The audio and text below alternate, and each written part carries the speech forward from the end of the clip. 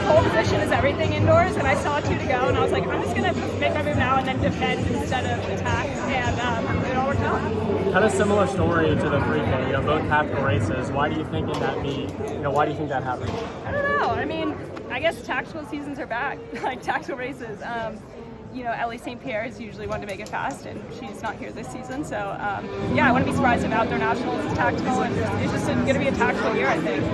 There's been a lot of talk about, emphasizing racing over times. Do you like to see that, like the tactical races? Yeah, I don't care how fast I run. I want to win. Like, I really don't. And I love what Hop said. I'm of the same philosophy. It's about winning and breaking the tape. And obviously, you need fast times to do that. Like, if I want to win worlds, I have to be in 350 shape. So, I think it's more exciting to win races than times. I mean, we've seen with the shoes and whatever in training, like, you can't even compare this era to 10 years ago. So it's like, you can't compare times, but you can't ever take a gold medal away or a championship win. And so, I'm of that mindset. I love just racing a race, for sure.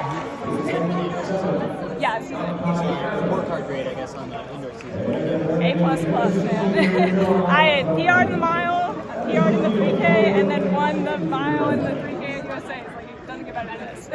What do you do in training to allow you to do that wind-up in the last 3 laps? That's a secret. I'm kidding. No, we do a lot of shifting, a lot of threes with like going out in 32 and then 13 the last 100, like just a lot of shifting and things like that, practicing the gear shifts. And I'm usually sharper at it by the time outdoor comes, but it's cool to know like this early in the season I still have those gears. Doing something right. Nikki, there's a lot of attention on Shelby Houlihan coming into this meet because it was her first U.S. champs back since the ban. I'm wondering, like, how'd you feel about racing her and just her thoughts on her comeback?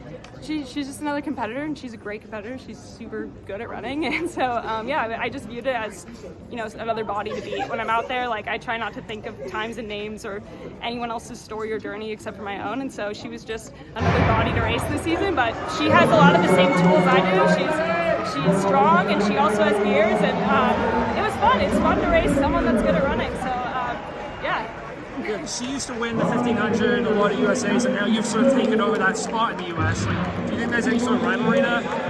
No. I don't think it's just Shelby. I think there's a ton of people right there. Like, she wasn't even second today, right? Like, I'm just trying to come out on top, but I'm not going to be surprised the day that I lose, right? There's so many people there. I hope I keep winning. That's obviously the goal, but no, it's so deep in the U.S. right now. Like, me, Ellie, Emily all ran 355. Like, so, it's we're all right there, and it just makes us all better the more we like push each other.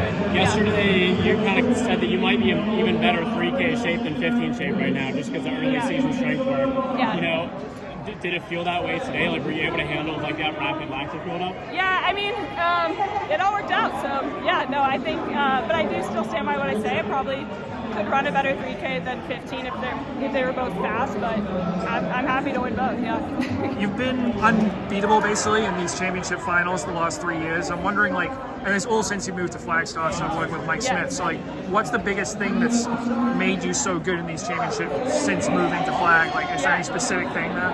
Totally. I think it's a lot of things combined. Like, my sponsor, Lululemon, like, I don't think it's coincidence that when I signed with them, like, I was just freed up. There's no, like, outcomes. It's like, it's just signing me for who I am as a person. That just really freed me up. Mike Smith's philosophy also super helps me of, like, we're not going to be outcome oriented. We're going to be, like, today my goal wasn't to win a race. It was to hang tough in the middle and run a really good last 400. Like, that's not, and then I get the outcomes I want. So it's just, I think, and then obviously you add 7,000 feet, like the best people in the world train at high elevation, and I really respond well to it. So I think it's just a combination of so many different things, and